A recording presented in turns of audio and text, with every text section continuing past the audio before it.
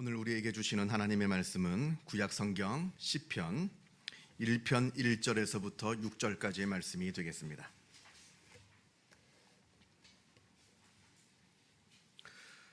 구약성경 805면에 있습니다.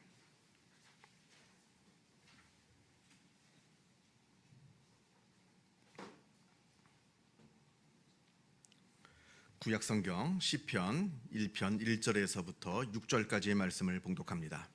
이 계시의 말씀을 봉독할 때에 살아계신 하나님의 음성을 다 함께 들으실 수 있기를 바랍니다.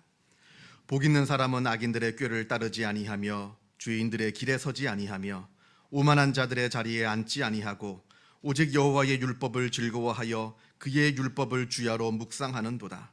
그는 시냇가에 심은 나무가 철을 따라 열매를 맺으며 그 잎사귀가 마르지 아니함 같으니 그가 하는 모든 일이 다 형통하리로다. 악인들은 그렇지 아니하며 오직 바람에 나는 겨와 같도다. 그러므로 악인들은 심판을 견디지 못하며 죄인들이 의인들의 모임에 들지 못하리로다. 무릇 의인들의 길은 여호와께서 인정하시나 악인들의 길은 망하리로다. 아멘. 우리가 삶을 살면서 복을 받기를 원하는 마음은 모든 사람이 다 갖고 있는 보편적인 마음일 겁니다. 누구나 복을 받기를 원합니다. 그래서 복을 구합니다. 그러나 구체적으로 들어가서 그렇다면 과연 무엇이 복인가 라고 물을 때 그것에 선뜻 답하기가 쉽지는 않습니다. 복을 받기는 원합니다만 그러나 무엇이 복인지 잘 모를 때가 많이 있습니다. 전통적으로 유교에서는 5가지 복, 5복을 이야기합니다. 수, 부, 강령, 유호독, 그리고 고정명. 이 5가지 복을 이야기를 합니다. 수라고 하는 것은 장수하는 겁니다. 오래 사는 거. 그리고 부라고 하는 것은 재물을 많이 모으는 거, 부자가 되는 것. 강령은 건강함을 이야기하는 것이고, 또 유호덕은 다른 사람한테 덕을 베풀 수 있는 그런 처지에 이르는 것을 말을 합니다. 또 고종명은 죽을 때 천수를 다 누리고 평안하게 죽는 것을 말합니다.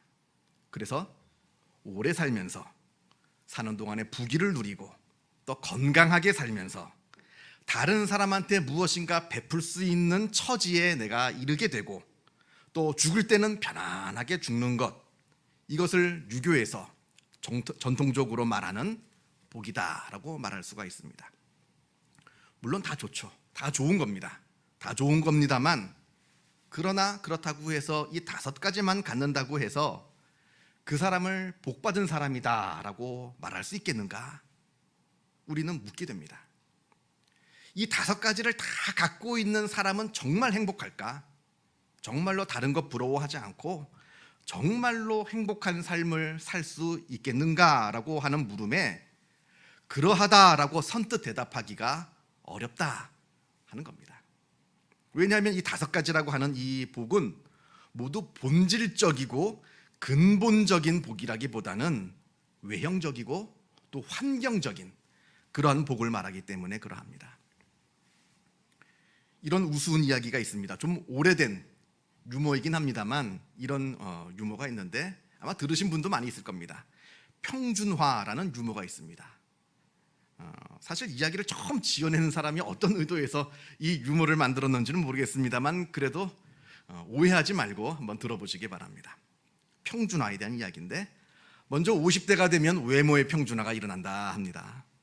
젊었을 때 아무리 예쁜 사람, 그래 아무리 잘생긴 사람도 이제 50살이 되면 그때 젊었을 때 예뻤던 사람이나 아니면 젊었을 때 좀 못난 사람이나 이제는 50살이 되면 다 똑같아진다고 합니다.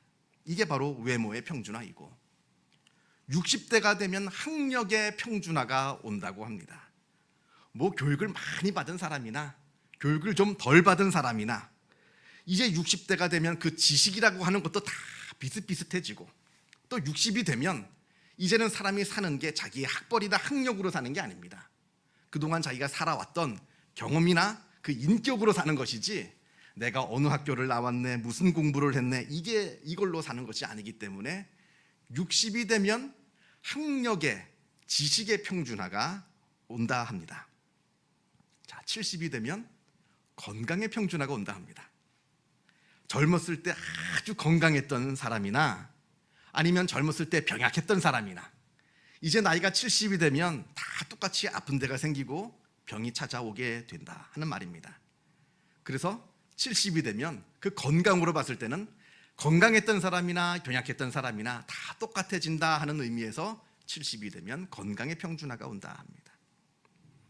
80살이 되면 80대가 되면 재산의 평준화가 온다 합니다. 돈을 아무리 많이 갖고 있는 사람이나 아니면 돈이 그렇게 많지 않은 사람이나 돈 쓰는 데가 다 비슷해진다고 합니다. 뭐 남들보다 많이 먹을 수 있는 것도 아니고요.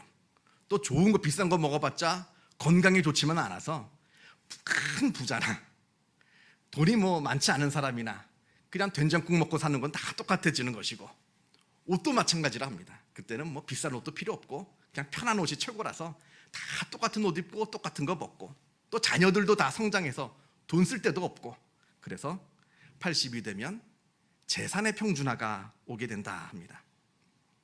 이제 90대가 되면 90이 되면 생사의 평준화가 온다 합니다.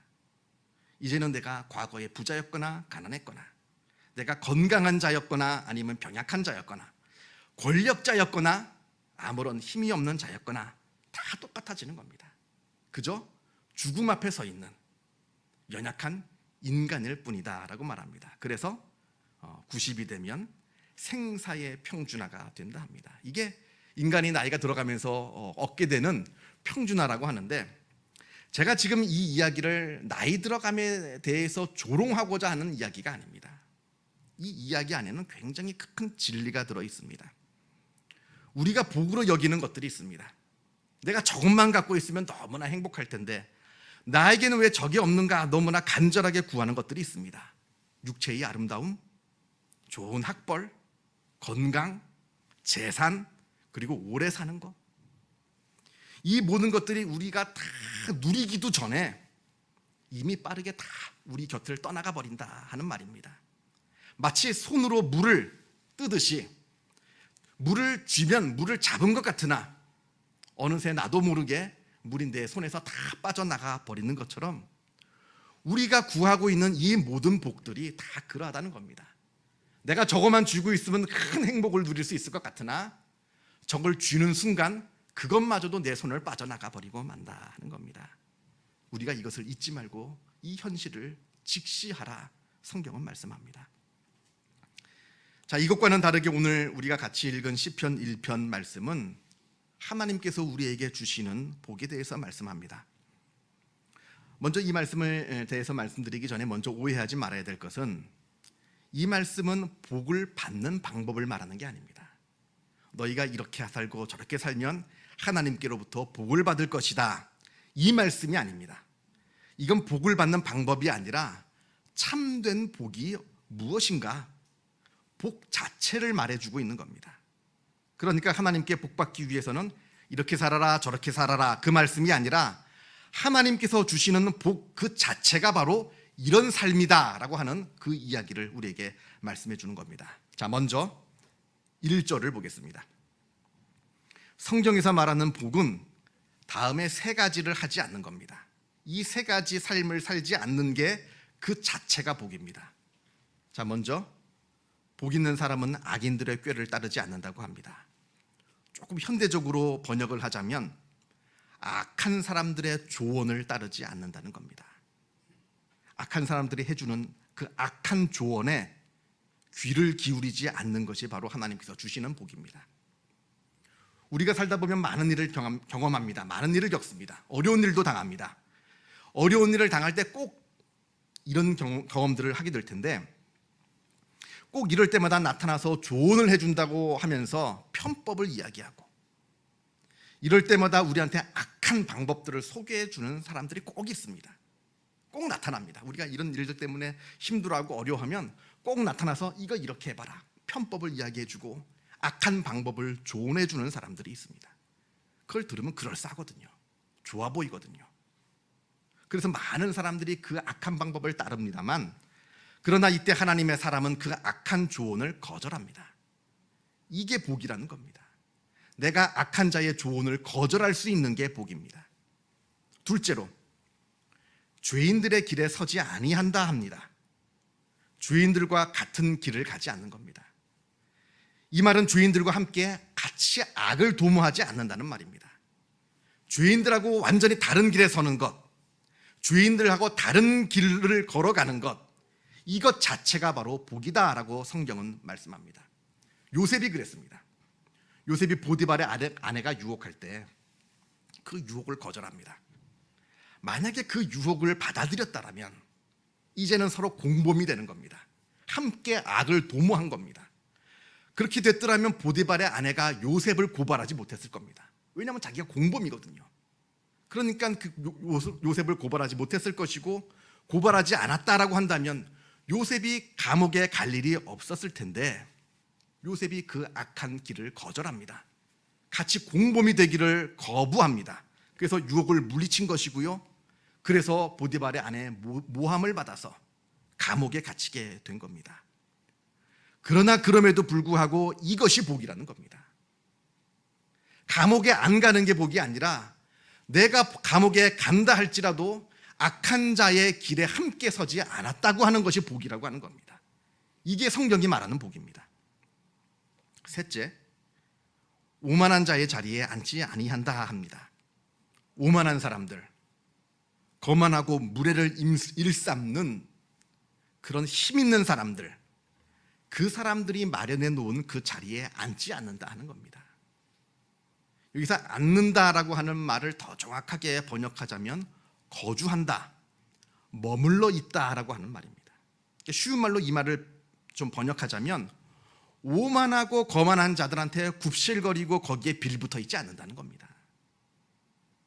그 사람들한테 굽실거리면서 굴복하는 것이 아니라 자기의 의로운 소신을 지키고 그 의로운 소신대로 살아가는 것, 이게 바로 하나님께서 주시는 복이다 말씀합니다. 세상 사람들은 그들을 따라갑니다. 왜 따라갈까요? 왜 죄인들의 조언에 귀를 기울이고 왜 죄인들의 길에 함께하며 그 악하고 거만한 자의 자리에 굽실거리면서 빌붙어 있을까요? 얻는 게 많거든요.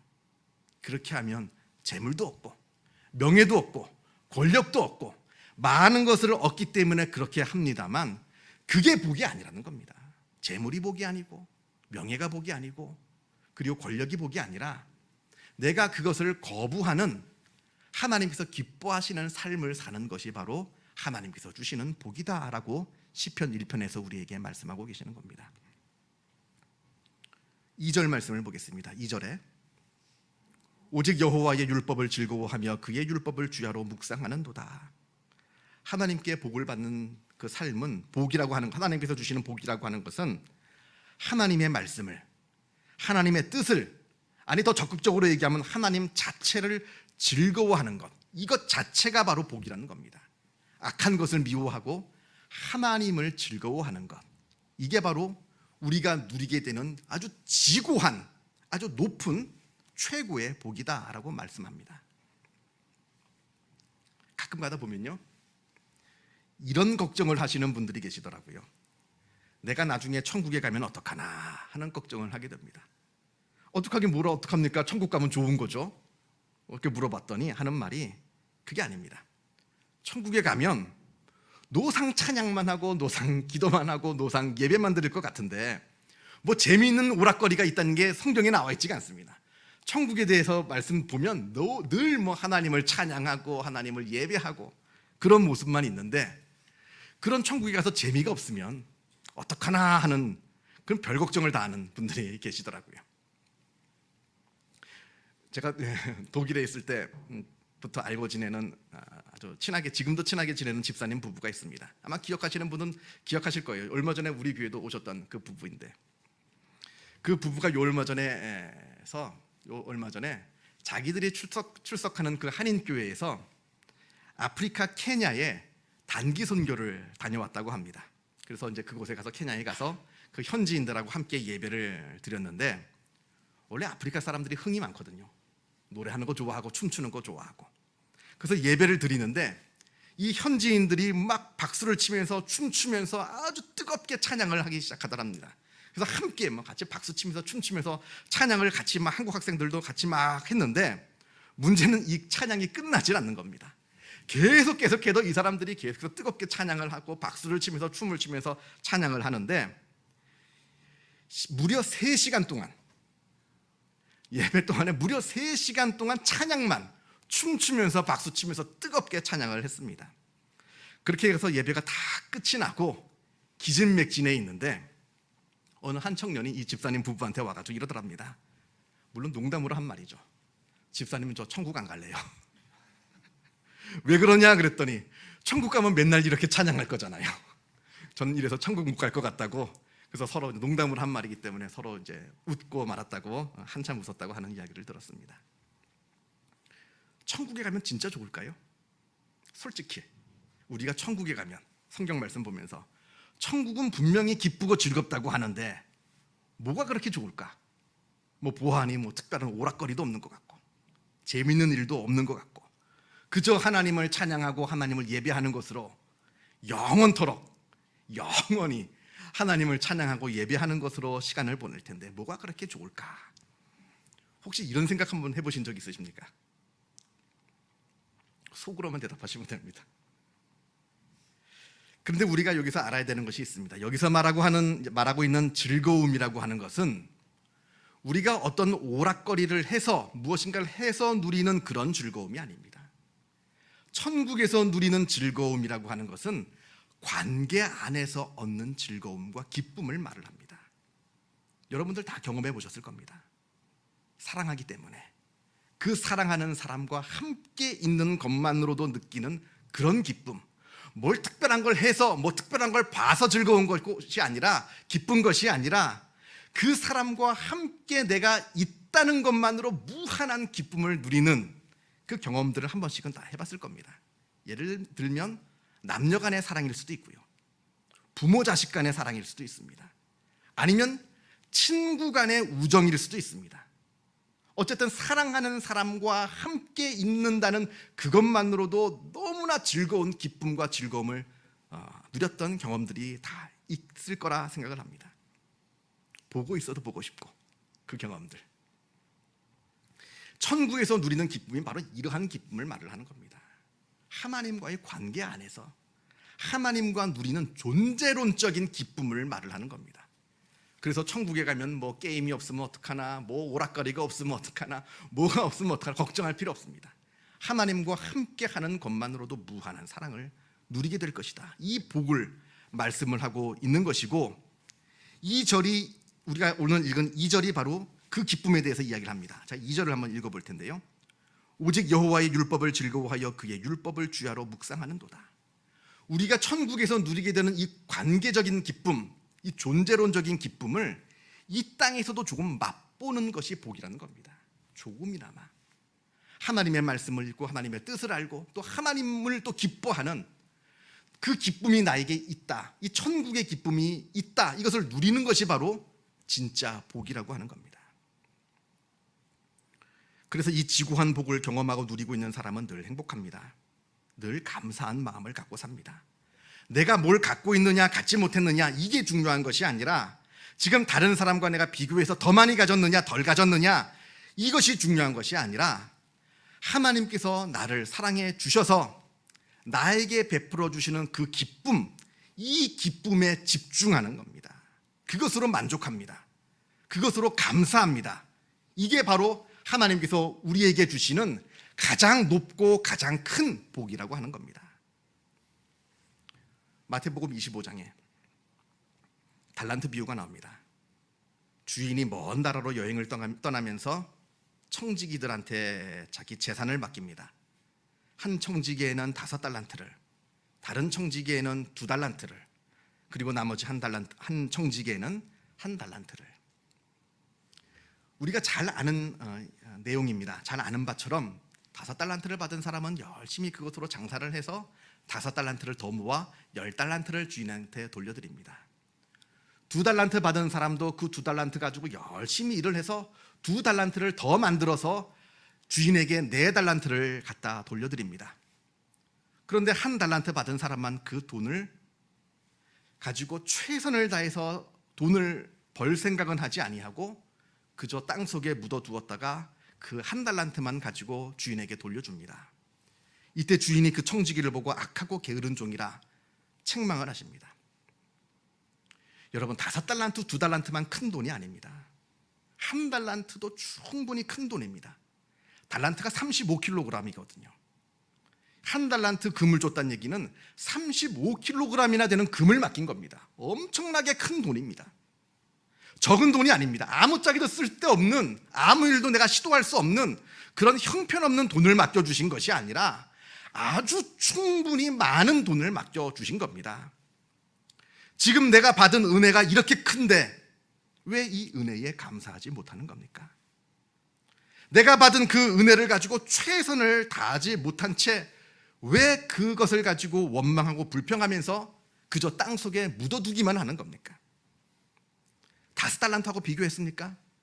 물론 5달란트하고 비교하면 작은 돈이죠. 너무나 초라한 돈일 수도 있습니다만, 그러나 5달란트에 비교하면 작은 돈입니다만 비교하지 말고 내가 받은 은혜, 하나님만 바라보면 이 은혜는 너무나 큰 은혜라고 하는 겁니다. 하나님이 나를 사랑하셔서, 나를 믿으셔서 한 달란트나 되는 엄청난 은혜를 나에게 맡겨주신 겁니다. 그렇다면 그것이 은혜인 줄 알고 최선을 다해야죠. 그것에 감사해야죠. 그렇지 못했다는데 이 한 달란트 받은 종의 악하고 게으른 모습이 있는 겁니다. 저 사람은 저 사람의 은혜를 받은 겁니다. 저 사람하고 비교할 거 없습니다. 저 사람은 저 사람의 은혜를 받은 거고 나는 내 은혜를 받은 겁니다. 하나님만 바라보면서 주신 은혜만 생각하면 불만이 있을 것도 없고 원망이 있을 것도 없습니다. 이게 하나님의 복을 누리는 자의 모습이라고 성경은 우리에게 말씀합니다. 성도 여러분, 세상에서는 이게 복이다, 저게 복이다 이런저런 말을 합니다만 성경은 분명하게 말씀합니다. 우리가 하나님의 자녀가 되어서 하나님을 알고 하나님을 기뻐하면서 하나님으로 말미암아 감사하고 하나님께서 주신 것으로 만족하고 그것에 최선을 다하는 삶, 이게 바로 복이다라고 말합니다. 뭘 더 가졌느냐, 뭘 더 많이 누리느냐가 복이 아니라 이게 바로 복이다 말씀합니다. 이것을 누리고 있느냐 저것을 누리냐 바라보지 말고 내가 누구에게 속한 자이고 누구에게 받았느냐 이걸 바라보라 말씀합니다. 왜냐하면 아무리 많은 것을 세상에서 누린다 하더라도 하나님 없이 사는 사람은 결국 바람에 나는 겨와 같이 될 것이고, 반대로 하나님의 사람은 시냇가에 심겨진 나무처럼 든든히 뿌리를 내리고 잎사귀가 무성해지며 많은 열매를 거두기 때문에 그러하다 말씀합니다. 이 은혜가 여기 모여있는 성도들에게 임하기를 바랍니다. 기도하겠습니다. 사랑과 은혜가 충만하신 하나님 아버지 감사합니다. 하나님께서 우리를 먼저 사랑하여 주시어서 하나님의 자녀로 삼아 주시고 하나님께서 우리에게 구원을 허락하여 주시고 또 우리가 이 세상을 살아가는 동안에 하나님께서 우리에게 많은 은혜를 베풀어 주시고 인도하여 주심에 하나님의 은혜에 감사를 드립니다. 우리가 이 은혜를 바라보게 하여 주옵소서.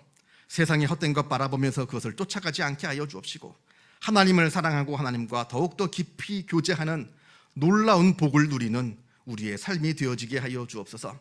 세상의 사람들을 부러워하지 않게 하시고 하나님께서 주신 은혜로 만족하며 감사하면서 우리의 신앙의 뿌리가 든든히 내려가며 든든히 많은 열매를 맺어 나가는 하나님께서 기뻐하시는 거대한 나무와 같은 삶을 살아갈 수 있도록 주님께서 복 내려 주시옵소서. 모든 것 주님께 감사드리오며 이 모든 말씀 우리 주 예수 그리스도 이름으로 기도하옵나이다. 아멘.